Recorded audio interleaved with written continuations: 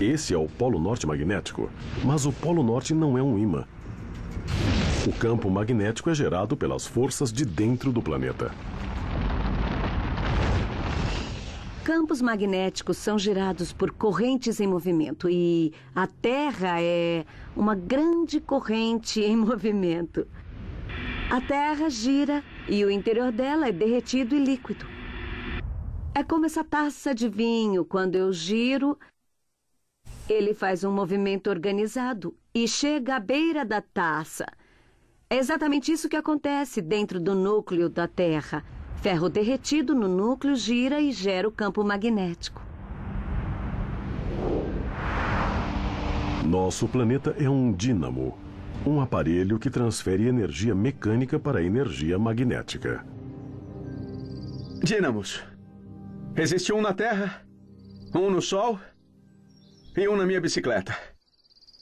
Como podem ver, quando a roda gira, ela gira o eixo desse dínamo. Há ímãs presos nos eixos. Os ímãs giram, há um rolo de fios enrolados nele, e esse ímã girando cria um campo elétrico e uma corrente por esse fio, e ela chega até essa luz. E enquanto giro os pedais, você vê ele converter energia cinética em energia elétrica e em luz. O segredo de um dínamo é o movimento. O fluido em movimento pode criar energia eletromagnética como um pneu de bicicleta se movendo. Na verdade, o fluido cria a força magnética mais poderosa do planeta no dínamo, que é o núcleo da Terra.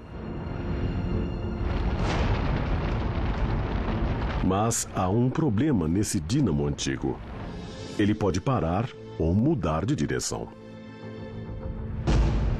O campo magnético da Terra não é estável, estático. Ele muda muito com o tempo. Como o vinho numa taça, o dínamo magnético da Terra pode mudar de direção. Os polos norte e sul podem literalmente virar. O que faz exatamente com que os polos se invertam não é totalmente compreendido. Só sabemos que isso acontece. Sabemos que a direção dos polos magnéticos da Terra muda em algumas centenas de milhares de anos.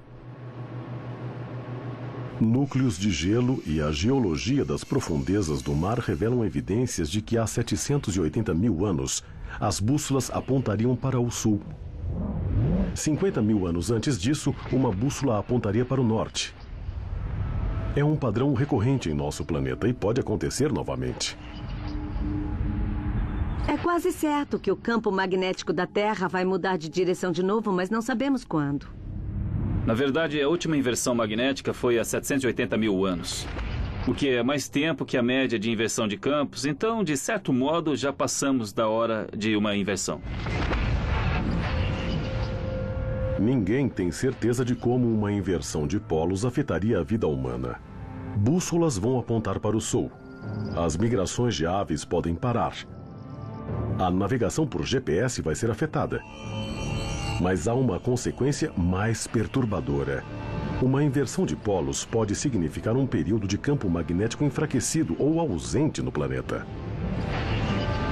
O problema é que o campo magnético, quando enfraquece, não funciona mais como escudo contra a radiação de partículas do Sol. Imagine a Terra como um globo com um escudo de vidro blindado. Só que agora que o escudo enfraqueceu, uma forte explosão do Sol pode causar danos imensos.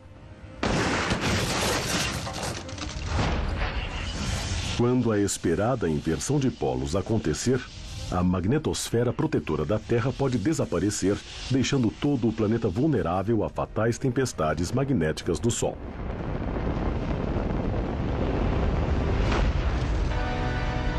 Na superfície do Sol, uma chama começa a ferver, borbulhar e depois explode. É uma explosão terrível na superfície do Sol. E você tem uma imensa tempestade, uma ejeção de massa coronal. Essas partículas ionizadas voam do Sol em velocidades extremas.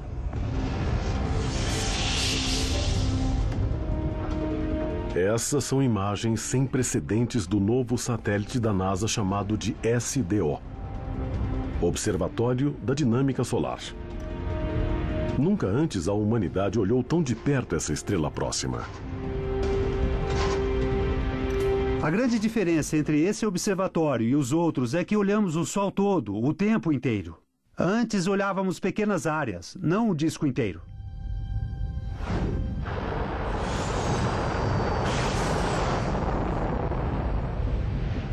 Lançado em fevereiro de 2010, o SDO mede magnetismo, raios ultravioletas e até o interior do Sol. Ele já enviou imagens nunca antes vistas de erupções solares, chuvas magnéticas e de tsunamis que atingem a superfície do Sol.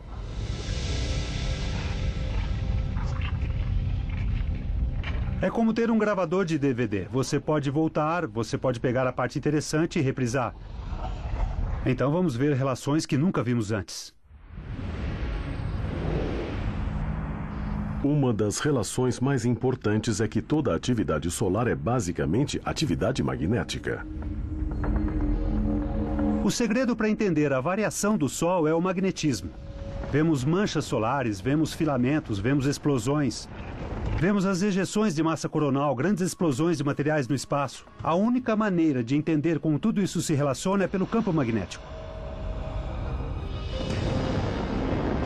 O magnetismo do Sol é criado pelo movimento do plasma superaquecido enquanto ele passa por sua superfície.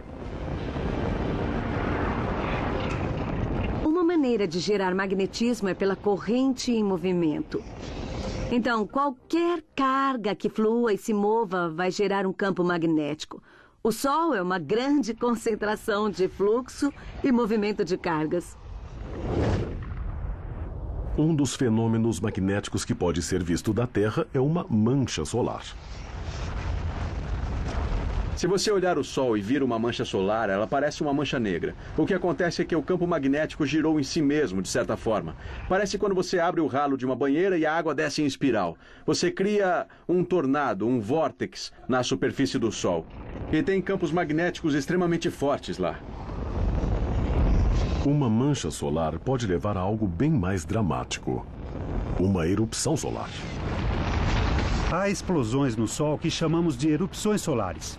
Erupções solares podem ser bem pequenas, o que seria do tamanho de uma bomba atômica. Ou podem ser como 1 bilhão de bombas atômicas, todas acontecendo ao mesmo tempo. Erupções solares se estendem a milhões de quilômetros acima da superfície do Sol. Essas tempestades magnéticas são mais que simples dados astronômicos curiosos. O campo magnético do Sol cria uma atmosfera dinâmica e em constante mudança em todo o sistema solar. Ela chegou a ser chamada de meteorologia do espaço. A meteorologia do espaço é a ideia de que as coisas que mudam no espaço podem ter efeitos em nós aqui na Terra. E como medimos isso? Como aprendemos a prever isso? A meteorologia do espaço pode afetar os satélites em torno da Terra. Raios-X poderosos de uma erupção solar podem causar milhões de dólares em prejuízos nas comunicações e na navegação de satélites. Astronautas em ônibus espaciais e em estações espaciais têm que saber das previsões da meteorologia do espaço para evitar radiações fatais durante um passeio espacial. Esses são os problemas que o Observatório da Dinâmica Solar deve prever. Prever a meteorologia espacial é um dos grandes desafios. Queremos aprender a fazer isso melhor. A maioria de nós não confia muito em previsões meteorológicas, confia pouco, mas não muito. Estamos longe disso. Não estamos nem perto de conseguir fazer isso com a meteorologia do espaço. Há padrões regulares para a meteorologia do espaço? Era exatamente isso que Benjamin E. de Cleveland, Ohio, queria perguntar ao universo. Pergunte ao universo. Benjamin nos perguntou por e-mail. A ciência pode prever erupções solares e ejeções de massa coronal antes delas acontecerem? Pergunta interessante, Benjamin. Adoraríamos poder prever exatamente quando uma ejeção de massa coronal gigante vai ocorrer. Acontece que a cada 11 anos, há um pico no número de manchas solares, ejeções de massa coronal, erupções solares e atividades associadas. Podemos prever quando isso vai ocorrer. No entanto, não podemos prever quando um grupo de manchas solares ou ejeção de massa coronal em particular vai ocorrer. Pergunte ao universo. Os exemplos mais fortes da meteorologia do espaço são as ejeções de massa coronal.